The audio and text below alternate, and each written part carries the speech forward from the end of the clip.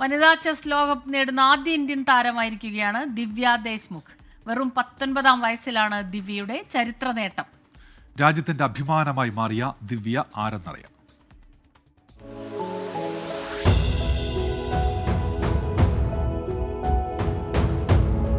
പൊക്കമില്ലായ്മയാണ് എൻ്റെ പൊക്കം.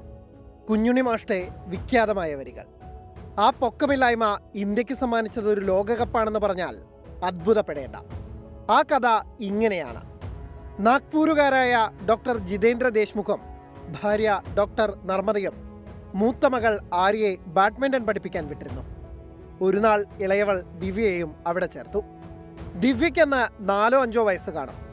എന്നാൽ പൊക്കം കുറവായതിനാൽ നെറ്റ്സിന്റെ താഴെ തൊടാൻ പോലും ദിവ്യയ്ക്കാവുമായിരുന്നില്ല.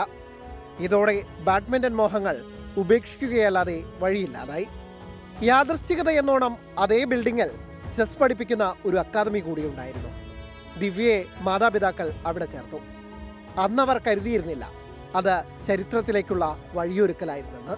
ചതുരംഗപ്പലകയോട് എളുപ്പമിണങ്ങിയ ദിവ്യ ഇതിൽ പ്രഗത്ഭയാവാൻ അധികം താമസമൊന്നും വേണ്ടി വന്നില്ല. ആദ്യം അണ്ടർ 7 കിരീടം, വൈകാതെ അണ്ടർ 10, 12 വിഭാഗങ്ങളിലും ജേതാവായി. 2024 ലോക ജൂനിയർ കിരീടം കൂടി നേടിയതോടെ ദിവ്യ ദേശ്മുഖ് എന്ന പേര് രാജ്യം ശ്രദ്ധിച്ചു തുടങ്ങി. പിന്നീട് ചെസ് ഒളിമ്പ്യാഡിലും ഏഷ്യൻ ചാമ്പ്യൻഷിപ്പിലുമെല്ലാം ഇന്ത്യ കിരീടം ചൂടിയപ്പോൾ പിഴയ്ക്കാത്ത കരുനീക്കങ്ങളുമായി ദിവ്യയും അതിലുണ്ടായിരുന്നു.